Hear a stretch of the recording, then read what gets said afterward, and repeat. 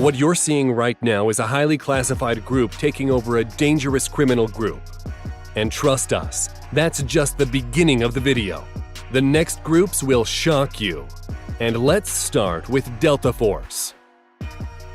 This is 1st Special Forces Operational Detachment Delta, elite special forces that are involved in counterterrorism, high-risk operations, and daring rescue missions. But don't tell anyone we told you, because the USA will deny these guys even exist. What we do know is that since Delta Force was formed in 1977 by Colonel Charles Beckwith, the group has been involved in many dangerous top-secret missions. Taking down a Somalia militia leader? Easy. Rescuing an army helicopter pilot? Easy. What else? What about Saddam Hussein? The group helped capture him in December 2003. For those of you who thought it was in the past, these guys recently took down ISIS bad guy Abu in Syria.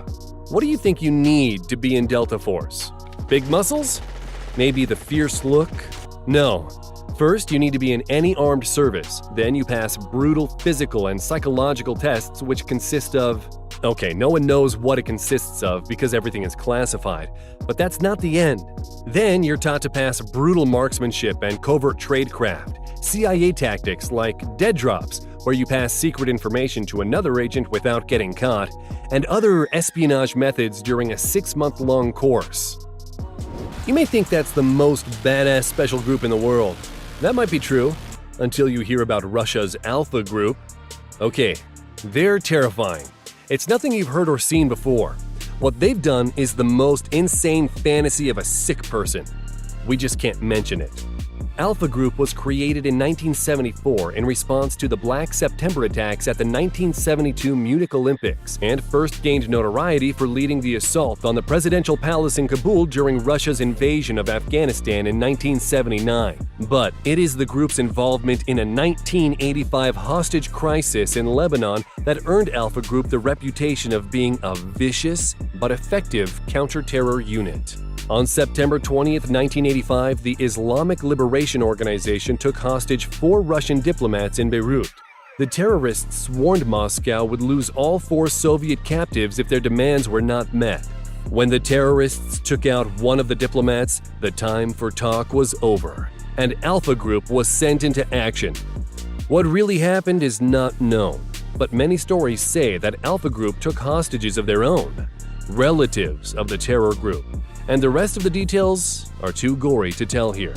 But families of relatives received packages with… you know what was in the packages.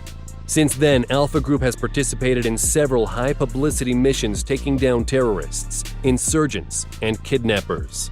As with other special forces around the world, Alpha Group participates in live-fire exercises and are known to shoot at each other, hoping their body armor holds, and shoot back and hit paper targets behind the guy that just shot at them. That said, Alpha Group shooting drills are considered one of the most dangerous in the world. Okay, the next group might not be as deadly as the previous one, but they're well known for their brutal training.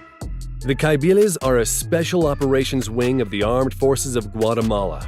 Sweating and exhausted recruits jump blind from a 33-foot platform into a narrow river and march 12 miles through a grueling uphill course loaded with equipment. Okay, you might be thinking, what's the deal? Few years of training and you're okay with it. But do you know that you might be forced to eat dog and snake entrails? What about to be exposed to tear gas? We might offer something more polite. In a class of about 40 candidates, only 7 or 8 make it to the end and become Caibiles. What about being part of Duvdevan? Duvdevan, also known as Unit 217, is the Israel Defensive Forces elite undercover counterterrorism unit. What these guys do is something straight out of some game. They're often disguised in Arab civilian clothes to infiltrate terror cells. It might sound creepy, but in fact, they're trained for it, and in 2017 alone, they conducted over 300 successful missions. And to cover that many missions in 365 days, you need to have a few squads operating independently. The training itself isn't easy, but it's nothing like eating dog entrails. It takes 18 months, and during this time you learn Krav Maga and counterterrorism. But that's not the end. After this, remaining candidates receive another month-long advanced inter-unit counterterrorism course. When the unit is confident in the trainee's abilities as a counterterrorism operator, they begin a 4-month undercover course that includes everything from learning the Arabic language and Arabic traditions and blending in with civilian camouflage. Okay, we all know SAS, the famous game. The Special Air Service is an elite unit under the British Army founded in 1941 as a regiment and later formed again as a corps in 1950. But have you ever asked yourself, what has SAS actually done? Until we go there, did you know that it's highly classified? The British government didn't make any comments due to the secrecy and sensitivity of their operation. But let's get back to their accomplishments. In the 1980s, they rescued 2 hostages in the 1980 Iranian embassy siege. On August 2, 2000, 11 men from the Royal Irish Regiment were taken hostage by Sierra Leone rebels called the West Side Boys. Some of the hostages were released, but threats were made against the lives of the rest. SAS stepped in and, with the help of missiles and machine gun fire, the rebel buildings were cleared and all the remaining hostages were rescued. To successfully perform its missions, the recruits are chosen very carefully. Among 200 recruits, less than 30 finish the training. That's because you need to sit up 50 times in 2 minutes, do 60 press-ups in 2 minutes, run 1.5 miles in 10 minutes and 30 seconds. If you're okay with it, then it's an 8-mile march in 2 hours while carrying 25 pounds of equipment. Then you'll learn some surviving skills, some week-long escape and evasion training, and that's it. Actually, no. We just wanted to make some pause so you can rest. Because at the end of training, there's 36 hours of resistance to interrogation. So these guys were added in Counter-Strike. And we have other guys that were featured there. GIGN is a special forces unit within the French National Gendarmerie, one of the 2 special police forces in France. In 1973, when most of Europe realized regular police could not handle terrorism tactics, GIGN was activated. Since then, they carried out more than 1,000 missions, freed more than 500 hostages, and arrested over 1,000 suspects. Each of the GIGN soldiers you see in service has passed 4 years of exemplary service, after which they passed physical, psychological, and medical requirements. And that's all we know, because much of it seems to be secret. Let's move to the east part of the world.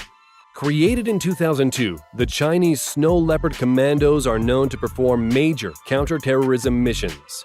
It has safeguarded dozens of major events, such as the Beijing Olympic Games, the Boao Forum for Asia, and China International Import Expo. But that's not the most impressive part. Their training is what makes me wonder how that's even possible. To be commandos, the recruits must complete more than 50 tasks, and training includes 200 push-ups, 200 sit-ups, 100 squats, lifting barbells 200 times, and carrying 77 pounds of gear for 6 miles with only a 4-hour rest every day. Most recruits are 18 years old, making them the youngest special forces on the planet. And these guys are known for setting some crazy records. Lai Jidong climbed 59 feet with a rope in around 19 seconds. Zhao Jinping can take out his gun, remove the safety, aim, and hit the target within 1.5 seconds. And Captain Liu set the record for climbing up to a 5th-floor balcony in just 6.07 seconds. Let's move even more east to Taiwan. There you'll find one of the fiercest special forces that's simply called Taiwanese Special Forces. Their training is secret. All we know is it takes just 10 weeks, so the training must be difficult. But that doesn't mean we don't have something for you. Check out the Road to Heaven, the final stage of the training. In order to become a frogman, candidates must crawl over 165 feet of jagged and sharp coral rocks in nothing but a pair of shorts and gym shoes. It all starts with a hard fall from standing to planking position, which immediately after, the recruits have to crawl through the rocks on the points of their knees and elbows while their comrades cheer them on with a "I don't feel pain" chant. The recruits must be made of stone. I would scream everything except "I don't feel pain." Along the path are 10 stopping points, where the recruit needs to stop and perform an exercise. And you know what's interesting? If an instructor isn't happy with your level of misery, they will tell you to go back and start again. So you better not mess with your instructor during the training. Then the instructors pour salt water over their wounds as a nice bonus. And finally, you're done. You've finished the course. Now you can wear this badass mask. Grazie. But wait, what about the guys on the Segways? In Chinese police, police officers in Chengdu City, China, have been given Segways as a greener and more efficient way to patrol the city's Chunqi Road shopping district. Now it's much easier for the police to catch shoplifters in the area, and a team of 10 officers were out in full force showing everyone their new toys as a warning that if you're going to shoplift, you might get caught. Now just imagine if those Taiwanese Marines had Segways. That's all we got for now, folks. Thanks for watching.